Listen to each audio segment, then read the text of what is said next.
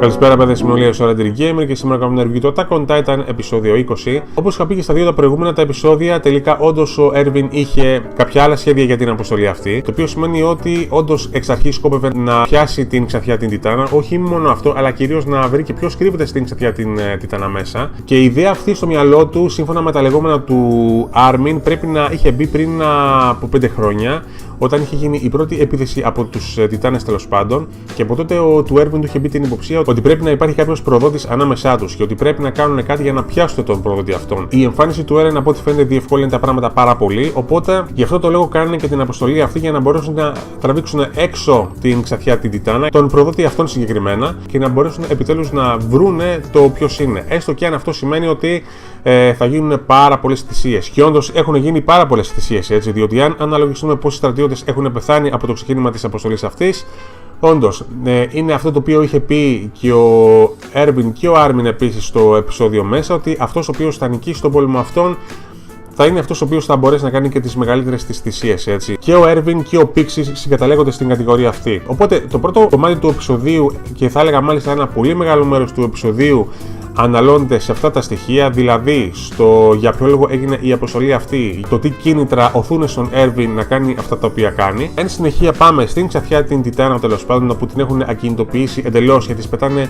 ακόμα πιο πολλά καμάκια και πασάλους για να την ακινητοποιήσουν, και η Zoe συγκεκριμένα πετάει μια σειρά από καμάκια στον κόλο της. Λυπάμαι πάρα πολύ που εκφράζομαι έτσι, αλλά αυτό έκανε τέλος πάντων. Και η Zoe επίσης διευκρινίζει ότι τα καμάκια αυτά είναι σχεδιασμένα έτσι ώστε και να δοκιμάσει και η Τιτάνας να επουλώσει τις πληγές της και να δοκιμάσει να απελευθερωθεί, δεν θα μπορέσει να το κάνει, τουλάχιστον όχι πάρα πολύ εύκολα. Και μετά έχουμε τον Levi, ο οποίος πάει απάνω στο κεφάλι της Ξανθιάς Titan και ξεκινάει έναν μονόλογο τέλος πάντων για να την εκφοβήσει. Αυτά τα λόγια φαίνεται ότι την επηρέασαν την Ξανθιά την Τιτάνα, επειδή εκείνη τη στιγμή βγάζει μια πολύ εκφοβιστική κραυγή που ακούγεται σε όλο το δάσος, μα σε όλο το δάσος, πολύ όμοια με την πρώτη κραυγή που είχε βγάλει ο Eren, αν τον θυμάστε, την πρώτη φορά που είχε γίνει Τιτάνας και που έσωσε την Μικάσα. Το οποίο έχει ως αποτέλεσμα όλοι οι Τιτάνες που είναι κοντά στην περιοχή να τρέχουν σαν παλαβοί κατευθείαν προς την Ξανθιά Titan. Και ο Erwin μπαίνει μαλάκας με το που τη βλέπει την εξέλιξη αυτή. Και όσες απόπειρες και να κάνουν για να αποθήσουν τους Τιτάνες που πάνε προς την Ξανθιά Titan, την οποία ξεκινάνε και καταβροχθίζουν, δεν καταφέρουν απολύτως τίποτα. Και ο Erwin, κοιτώντας με αποσβολωμένο βλέμμα το όλο θέαμα, δίνει εντολή υποχώρησης, λέγοντας στον Levi εκείνη τη στιγμή να κάνει έναν ανεφοδιασμό. Οπότε πλέον η αποστολή έχει επισήμως αποτύχει και έχει δοθεί πλέον σήμα υποχώρηση, το οποίο το βλέπουν όλοι. Και ο Levi μάλιστα λέει συγκεκριμένα στον Erwin ότι εφόσον η επιχείρηση απέτυχε και είχαν και τόσο μεγάλες απώλειες, ένας θεός ξέρει το τι θα τους κάνουν πίσω στην πόλη με το που επιστρέψουν. Όμως ο Erwin έχει πάλι κάτι άλλο στο μυαλό του, το οποίο σημαίνει ότι αυτός ο άνθρωπος πάντα σκέφτεται 1 με 2 βήματα μπροστά. Όπως είπα πριν, λέει στον Levi να κάνει έναν ανεφοδιασμό.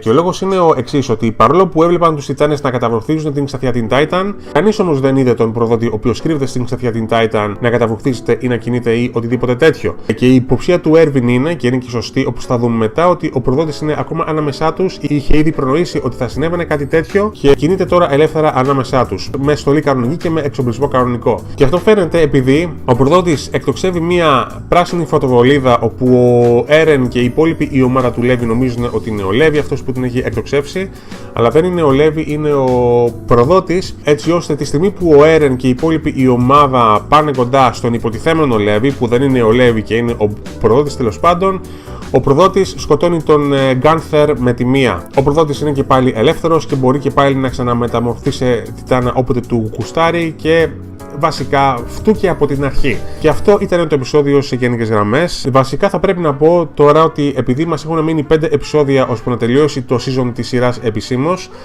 είναι φανερό ότι η σειρά έχει χαμηλώσει τους ρυθμούς πάρα πολύ. Από ό,τι καταλαβαίνω, τουλάχιστον αυτό το season της anime της σειράς του Attack on Titan θα τελειώσει με το τελείωμα αυτού του arc, με της Ξανθιάς Titan, από ό,τι καταλαβαίνω. Προσωπικά πιστεύω ότι θα μπορέσουν να το κάνουν εάν τα επιταχύνουν λίγο τα πράγματα στα επόμενα τα 5 επεισόδια. Ψιλοϊποπτεύομαι για το τέλος το πώς θα είναι. Κάθισα και διάβασα το manga λίγο παραπάνω επειδή δεν άντεχα άλλο. Αλλά εντάξει, δεν θέλω να πω τίποτα ακόμα. Θα το δείτε εσείς μετά στα επόμενα τα επεισόδια. Το περίμενα ότι η Ξανθιά Titan ότι θα έκανε κάτι για να απελευθερωθεί. Είναι πάρα πολύ πιο έξυπνη από τον Eren στάνταρ στην μορφή του Τιτάνα την οποία έχει, και το είχαμε δει και στα προηγούμενα τα επεισόδια στο πώς μάχεται και στο πώς παλεύει. Αλλά μου έκανε πολύ εντύπωση αυτό που είπε ο Armin σχετικά με τον Erwin τέλος πάντων, ότι αυτός ο οποίος θα κάνει τις πιο μεγάλες τις θυσίες είναι αυτός που θα νικήσει και τον πόλεμο. Και όντως ο Έρβιν είναι ένας άνθρωπος ο οποίος έχει κάνει πολύ μεγάλες θυσίες, όπως και ο Πίξης όταν είχε δώσει τις διαταγές για να κλείσουν το τείχος που είχε ζητήσει και τη βοήθεια του Έρεν. Όντως,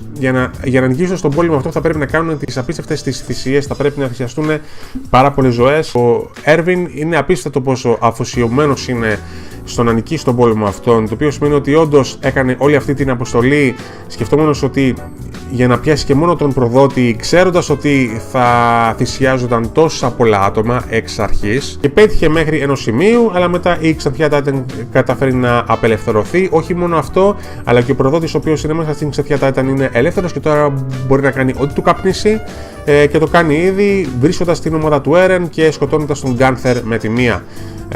Οπότε θα δούμε το τι θα γίνει μετά. Σωστά είπε ο Έρβιν στο Λέβι να ανεφοδιαστεί, επειδή ο Έρβιν το είχε μαντέψει ότι ο προδότης θα κατάφερε να ξεφύγει. Και αυτό ήταν το επεισόδιο σε γενικές γραμμές. Πάρα πολύ καλό επεισόδιο. Πηγαίνετε να το δείτε. Όπως όλα τα επεισόδια του Attack on Titan θα σας αρέσει, εάν την σειρά την αγαπάτε και την παρακολουθείτε. Κάποια τελευταία πράγματα τα οποία θα ήθελα να πω λίγο άσχετα σχετικά με το review, αν μου επιτρέπετε. Έχω φτάσει αισίως στους 252 subscribers και σας ευχαριστώ πάρα πολύ. Κυρίως στο ελληνικό κοινό, παιδιά, σας χρωστάω πάρα πολλά, και κυρίως στις ελληνικές της κοινότητες στο Facebook, παιδιά, ευχαριστώ και πάλι. Είστε καταπληκτικοί όλοι. Ευχαριστώ για όλη την υποστήριξη και αυτά. Επίσης, ζητώ συγγνώμη που δεν έκανα review του Hunter x Hunter την προηγούμενη την εβδομάδα, αλλά ειλικρινά, παιδιά, χρειαζόμουν ένα διαλυματάκι. Είχα καεί πάρα πολύ εδώ και 2 εβδομάδες μέσα στον Αύγουστο, κάνοντας πολλά πράγματα για το κανάλι, μια που είχα πιο πολύ ελεύθερο χρόνο στη διάθεσή μου. Οπότε χρειαζόμουν ένα διαλυματάκι, δυστυχώς. Δεν ξέρω για το αν θα συνεχίσω να κάνω review του Hunter x Hunter, επειδή κάνοντας και μόνο το review του Attack on Titan σε μία μέρα μου παίρνει πάρα πολύ χρόνο. Οπότε ναι, δεν ξέρω αν θα συνεχίσω το Hunter x Hunter, έστω και αν μου άρεσε πάρα πολύ σειρά. Δεν ξέρω αν θα το συνεχίσω. Και εδώ που τα λέμε, θα είμαι και λίγο ειλικρινής. Δεν βλέπω και πολύ μεγάλο ενδιαφέρον από το ελληνικό κοινό σχετικά με το Hunter x Hunter. Εάν θέλετε να τη συνεχίσω τη σειρά, να μου το πείτε στα comments από κάτω. Γενικώς, πείτε μου το τι θέλετε να κάνω. Επειδή ο χρόνος μου από αύριο και για τους υπόλοιπους μήνες, τουλάχιστον για τους υπόλοιπους 6 μήνες, θα είναι περιορισμένος πολύ λόγω της δουλειάς μου, έτσι. Οπότε πείτε μου το τι θέλετε να κάνω. Σημειώστε ότι τα review για το Naruto, για το Bleach και για το Attack on Titan θα συνεχίζουν κανονικά κάθε εβδομάδα. Και αυτά στις γενικές γραμμές. Αυτό ήταν το review μου του Attack on Titan για αυτή την εβδομάδα. Να περνάτε καλά ό,τι και να κάνετε. Εύχομαι καλό ξεκίνημα σχολικής χρονιάς σε όσους ξεκινάνε λίγαν συντόμως από ό,τι καταλαβαίνω.